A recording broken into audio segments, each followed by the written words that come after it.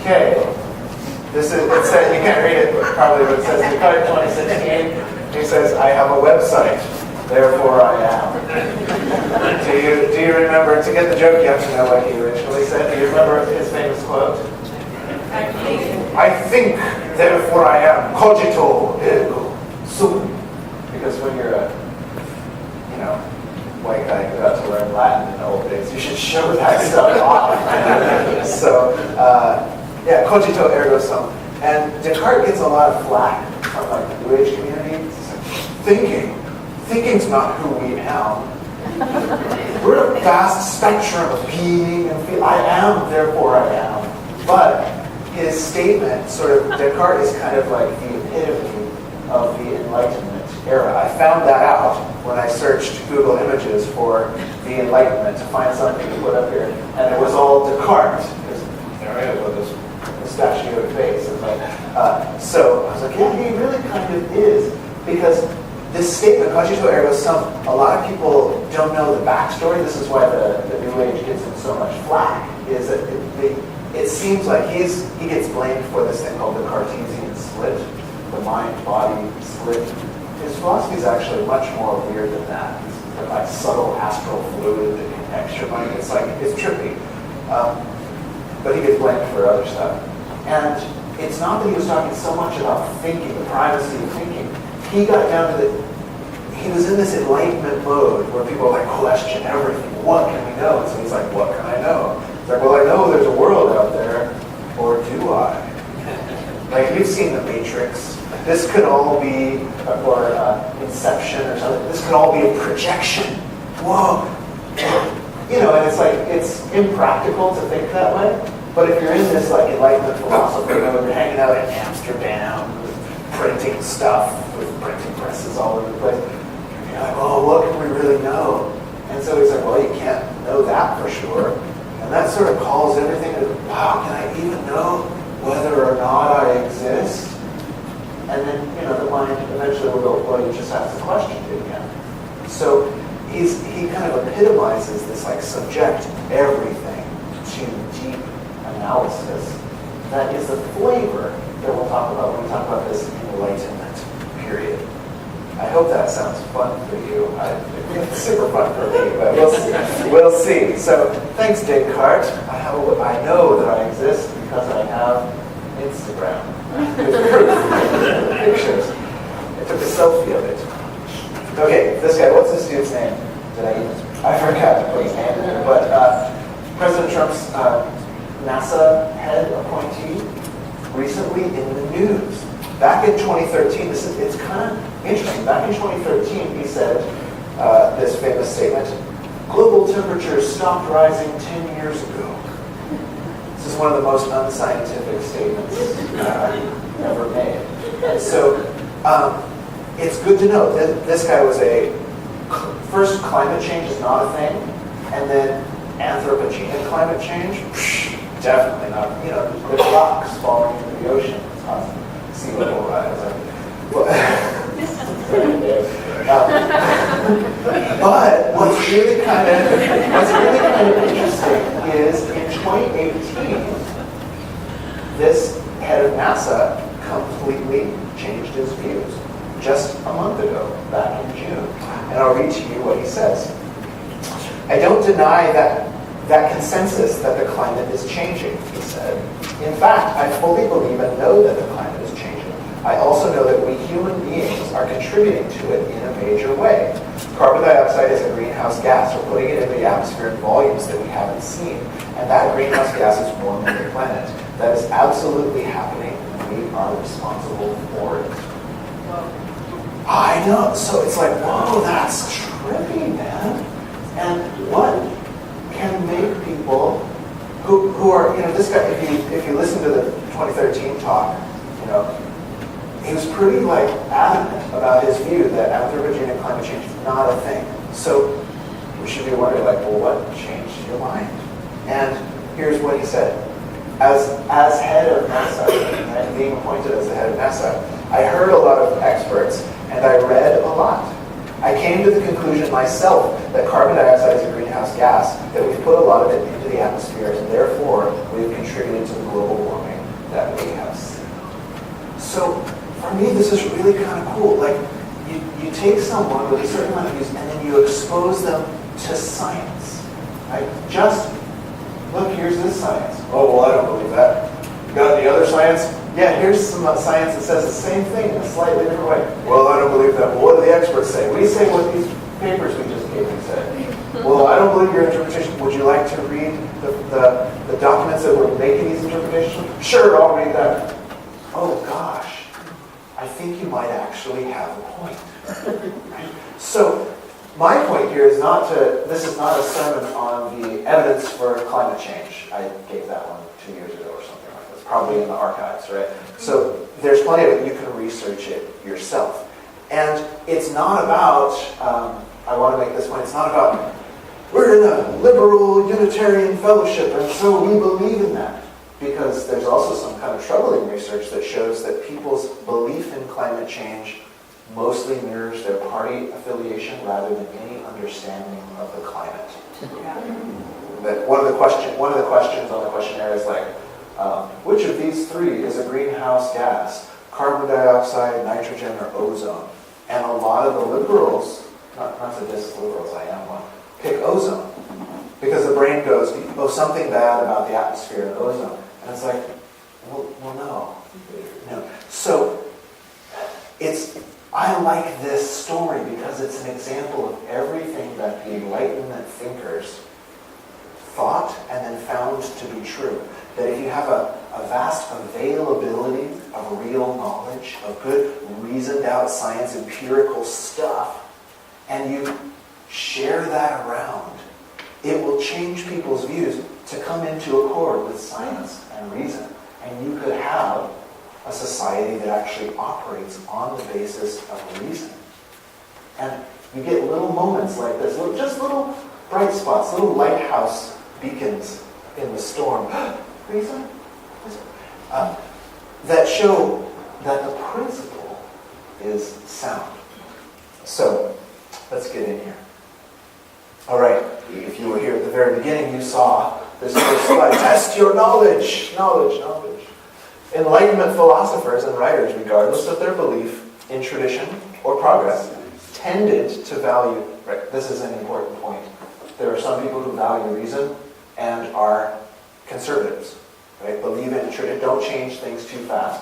Totally cool. There are some people who believe in progress. Let's change too fast, and our reason will patch it up. That's fine. We'll build new tech. Don't test it out too much. Let's get it out there, and then we'll build other tech to fix it.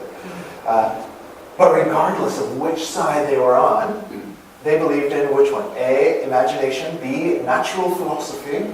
That's what Newton did before we got to call it science. C, reason. And D, realism. Which one do you think it was? You got A. We got some C's. I heard a chorus of C's. What do you think, Dave? C. C. The answer, according to this test, is C. You could actually argue for maybe for any of these, if we want to be a real Enlightenment kind of culture.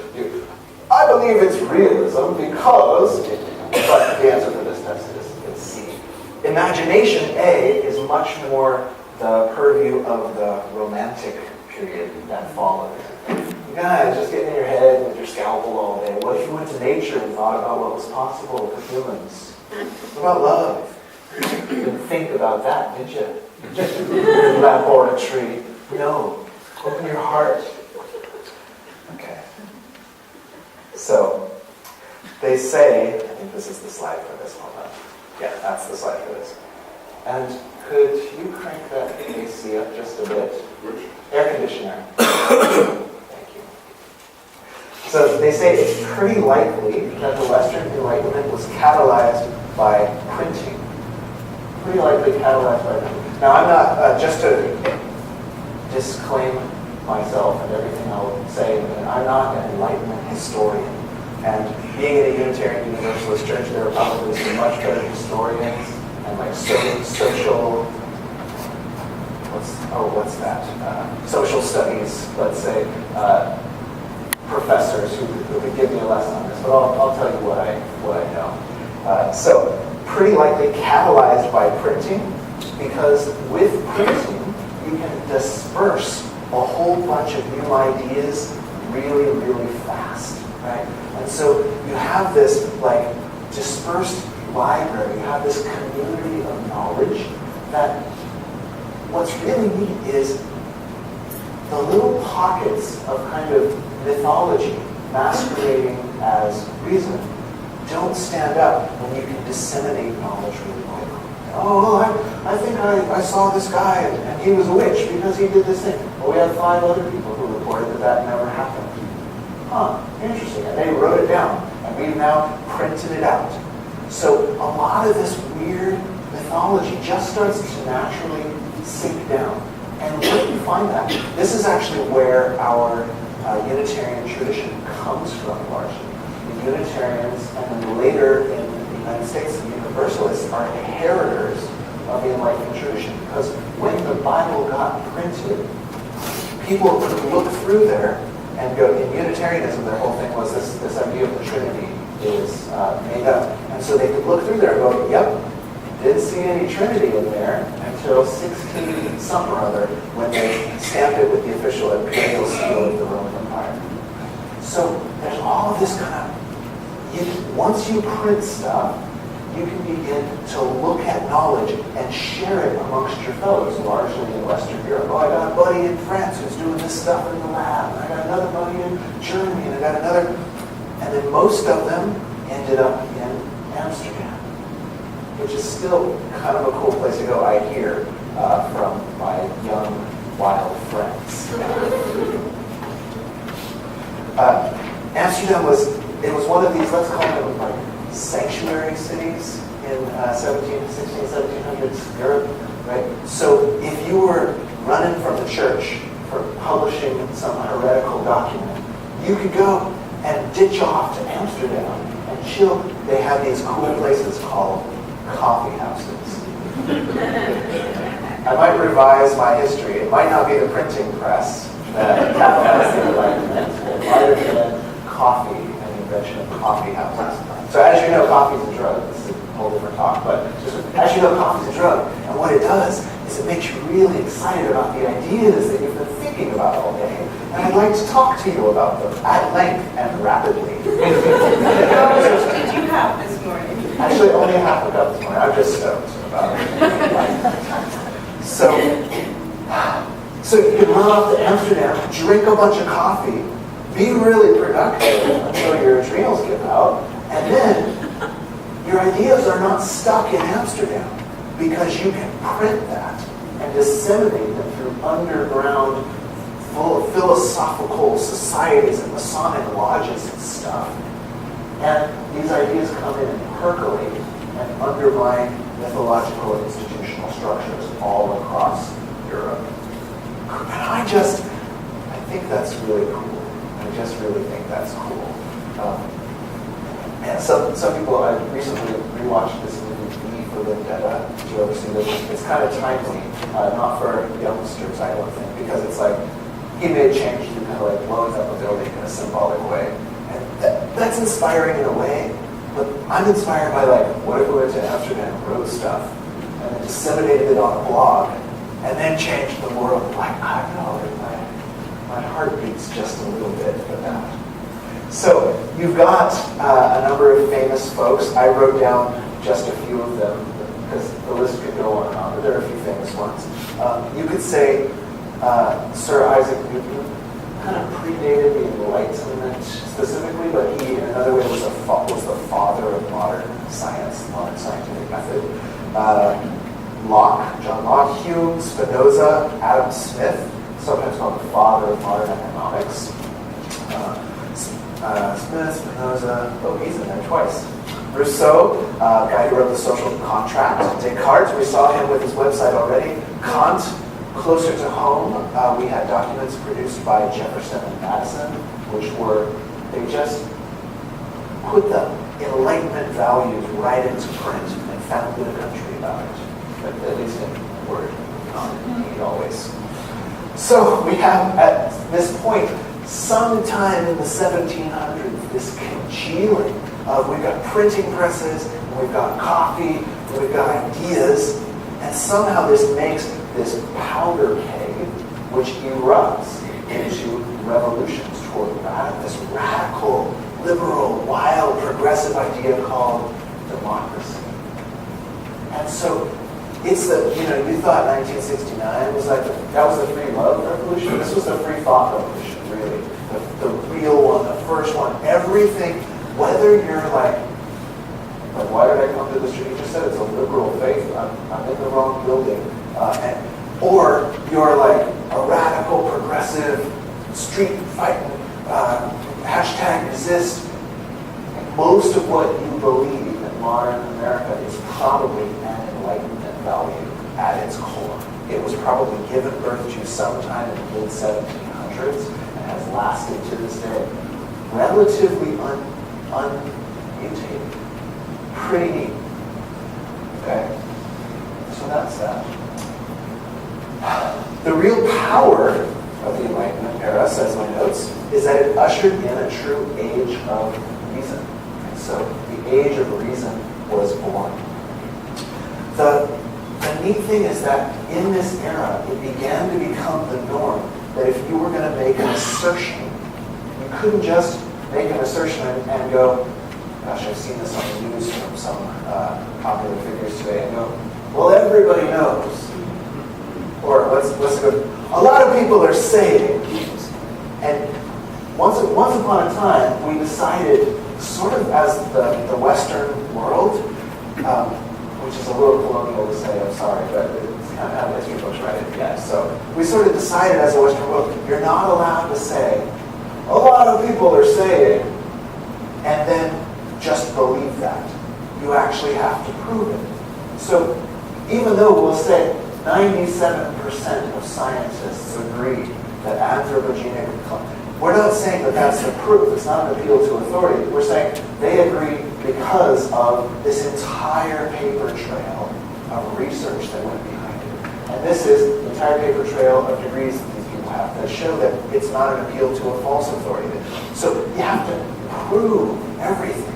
And there's an immense power in this. One of the pieces of power is that part of what started democracies is that we start to look around and realize somebody just said once upon a time, this family's royal and the rest of you are serfs, basically. Right? There's nothing intrinsically different about the innards of this guy and the innards of that guy that makes this one fit to rule.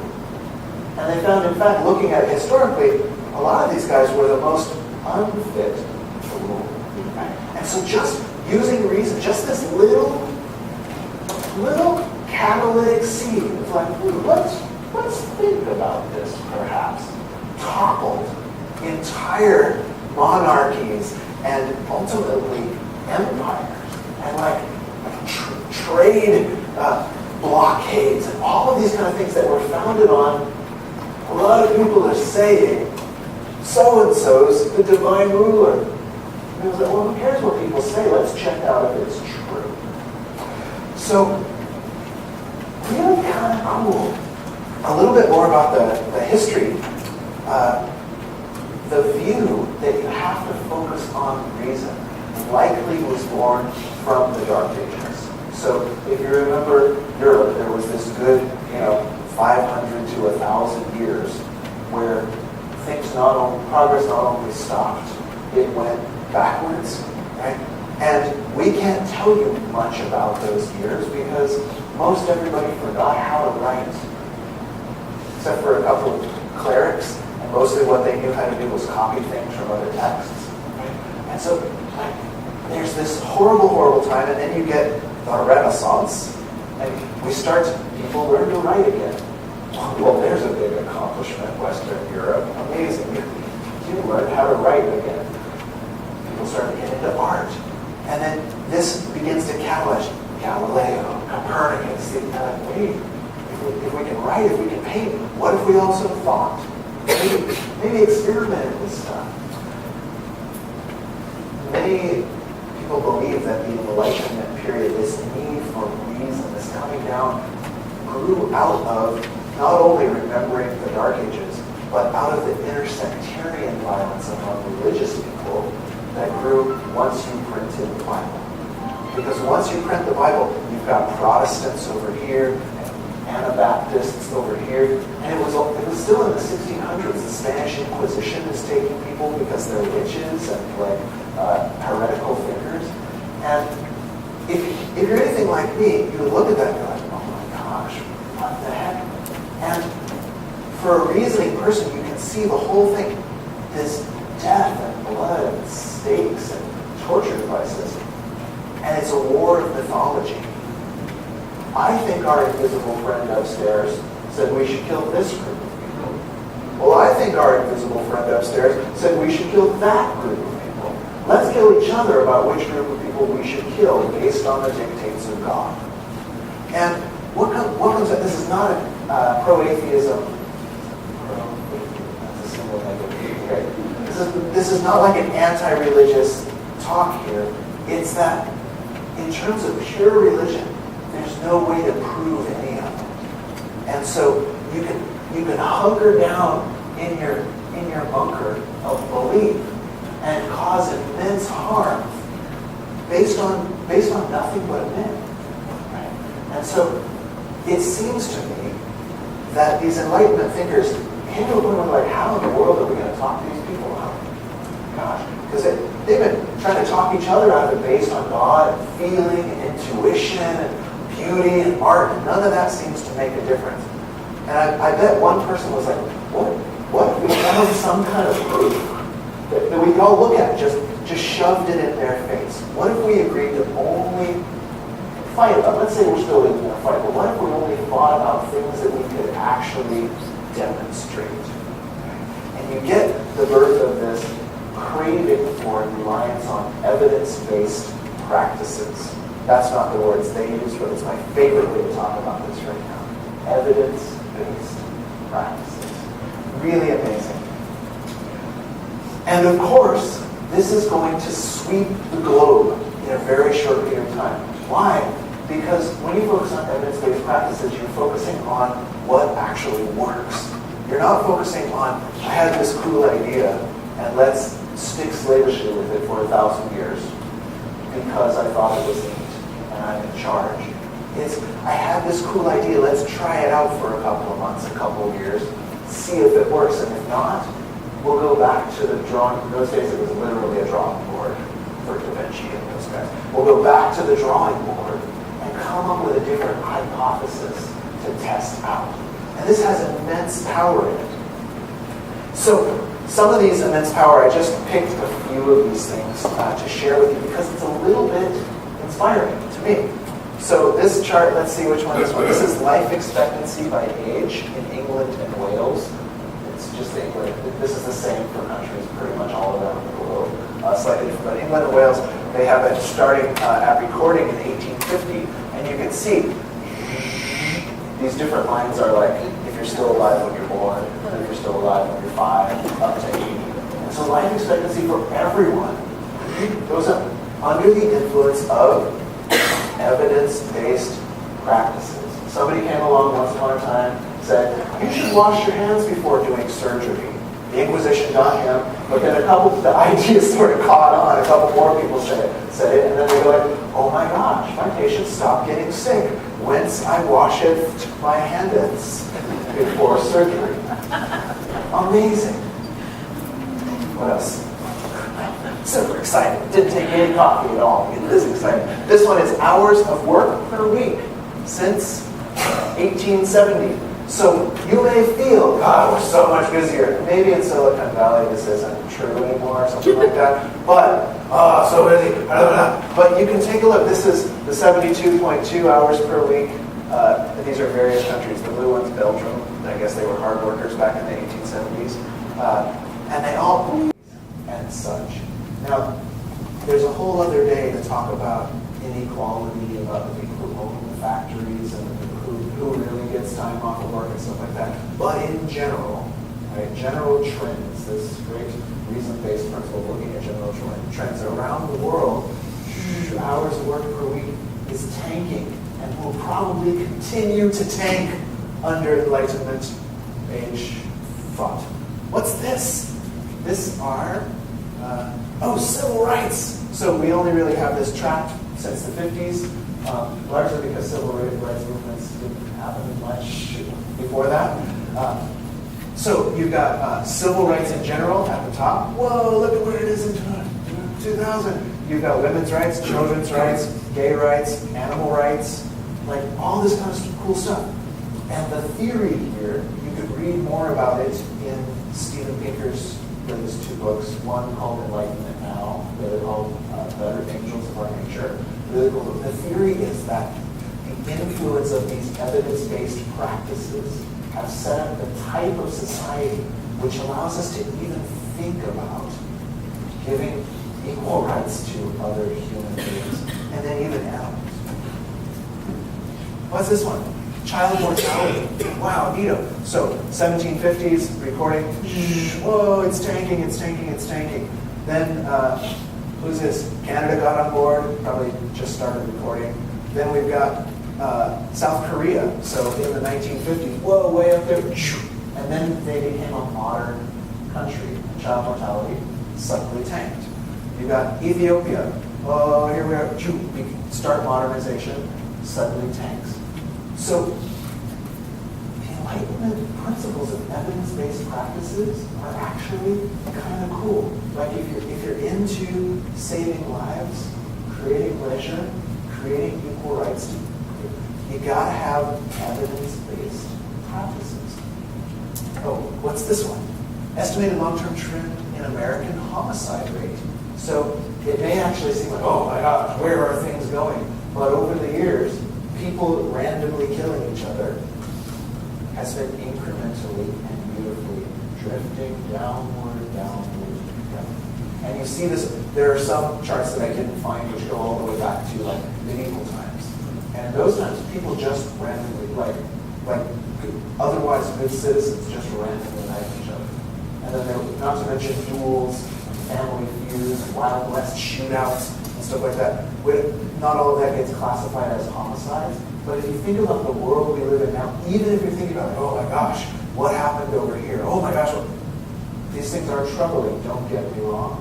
And yet we still don't have like shootouts at the corral and rapiers at dawn, and like we're living in a highly transformed society because of the influence of I propose very specific ideals. Oh, and of course, legal slavery. This one's got back in 1800, 194 out of 195 cultures had legal slavery. Wow.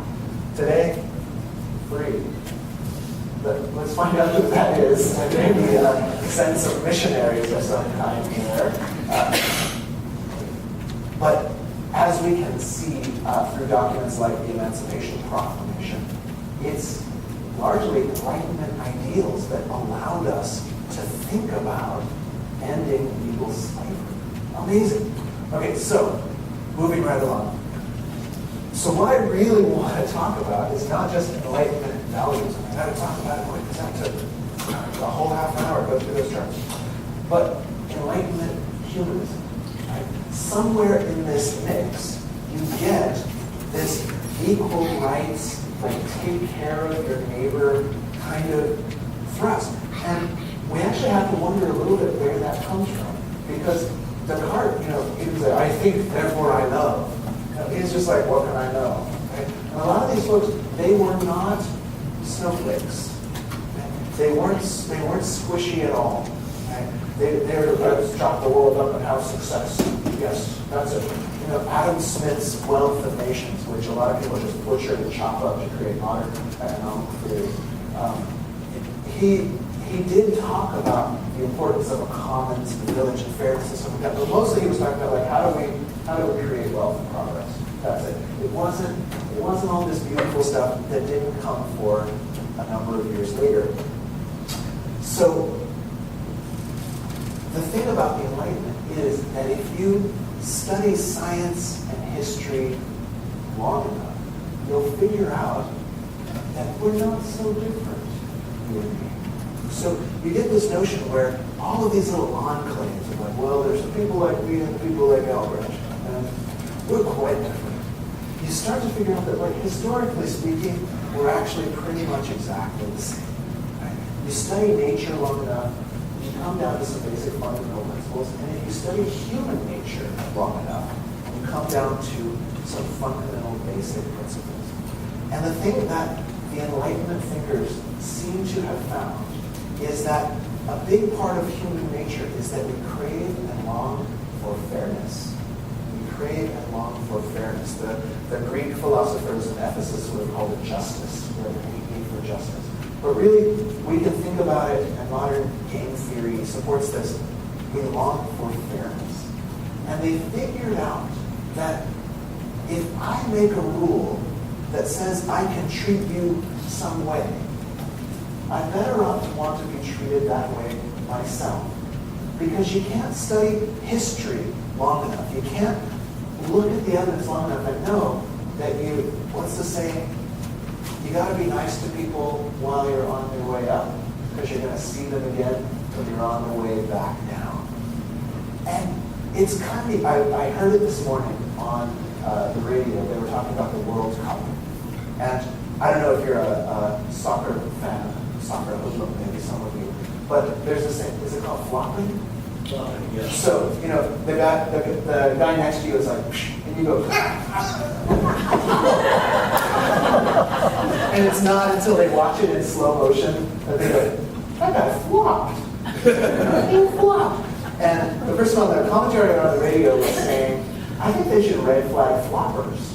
Right? Because not only should we go, oh no, we don't penalize the other team when he blew a stiff breeze upon thee and thou fellest down. No, but if you're a cheater, we should penalize you. And I was thinking about this morning's service and I was like, yeah, that's exactly it. That is Enlightenment democracy and justice right there. It doesn't have any of what we've gotten used to and what I often preach on, human nature is innately good. That stuff's all cool. It just comes out that we want fairness. And if you want fairness, be fair. Whoa. And somehow, this idea took hold. Maybe it's because Jesus said the same thing. I don't know. And people were like, oh, well, sounds like what I heard in Sunday school. But somehow this Enlightenment idea, like it's a secular golden rule, just took hold. And people were like, well, okay, let's create democratic societies. And don't get me wrong, they have plenty of problems. We'll talk other days about that, but I want to talk about hope and reason today. Because the abolition of legal slavery and the amount of work you do at work and then the amount of work moms do at work and at home, and it's still biased toward moms, right, has all tanked off because of evidence-based practices. Wow. So we almost don't have to create a campaign. How do we get people to be more ethical? How do we get their hearts open? I have this whole thing. I want to teach meditation so people, once they calm down, they're pretty much nice. But we almost don't even need to do that. We just need to ask, would you like it if someone did that to you? Well, then don't do that to someone else. It's an evidence-based practice. It works. We've tested it out. We've tested out things like do abstinence-only sex ed classes, reduce teenage pregnancy. Spoiler alert, no. And it's a spoiler alert because people are still testing this theory out, even though it's been tested over and over and over again, right? We have these bastions of belief that says we really better test that out when the evidence is in. This culminated, I just wanted to read this sacred document, which came out of thinking like this document. It came, wow, just this basic fairness, basic secular golden rule, culminated in somebody saying we hold these truths to be self-evident. Can't deny that all men, and now we would say women and gender non-binary people, are created equal and are endowed by their creator, because these were mostly deists, with certain unalienable rights. Among these are life, liberty, and the pursuit of happiness. Right? It's just science, man. It's just science. The evidence is in. They go on to say, this part I think is important because we usually quote the first part. Then they say, governments are instituted among men, deriving their just powers from the consent of the governed. And this part, this is where you really hit the Enlightenment era thing. It's like, these rights are inalienable. How are we going to do that? Well, we're going to make agreements. We're going to assign some people to think about this. And if all of these equal, unalienable rights folks don't like it, they can unassign them. And we'll finally perhaps have a fair society. Okay. I love this quote. Democracy thrives on talk and debate, and it is not for the faint of heart. So wrapping up swiftly, the call to action today. It's going to seem a little, is trite the right word? It's going to seem like kind of not enough. And if you're a real progressive, it's going to seem like spiritual bypassing. How could you say that, Rev Fa Jun, with what's going on in the world? And then I'll respond calmly, how could I not say that with what's going on? Lately, I've been watching a lot of Star Trek. Sorry. So anyway, I found out the founder of the Vulcan way of life is this guy named Sirach. And he preached we should have reason and we should go for the greater good. I'm like, man, that's just Enlightenment thinking right there. Oh, this is so cool. And so my call to action is something as simple as rely on evidence-based practices. It may seem like not enough, but I'd like to remind you that it was just a bunch of random coffee-addicted white dudes in Amsterdam that started the democratic revolution that still continues to sweep our globe, right? There's another one, Jesus and 12 of his friends got together. He may have even been mythological, and yet the movement they supposedly started still is responsible for most of your laws in America. Amazing. So don't tell me that changing the way we behave, the way we speak, the ideals we hold, isn't a powerful catalyst in the way the world goes. It's like when you steer a ship, nothing happens, and then nothing happens. Because it's a ship, man. You gotta wait for the thing to turn. I think that reason and evidence-based practices are the foundation. They're your hand on the rudder of the ship of our society. I've got a lot of great examples I can tell you about that. But I think I'll close with this wonderful notion. It's nice for me to say that, but as one who holds Enlightenment ideals, I think I've also backed it up with evidence. By you sticking with fairness, sticking with evidence, sticking with the calm, cool, rational part of ourselves that gets so little street cred nowadays, you can continue to make a better, more just, fair, compassionate world. So in that spirit, let's stand and take hands.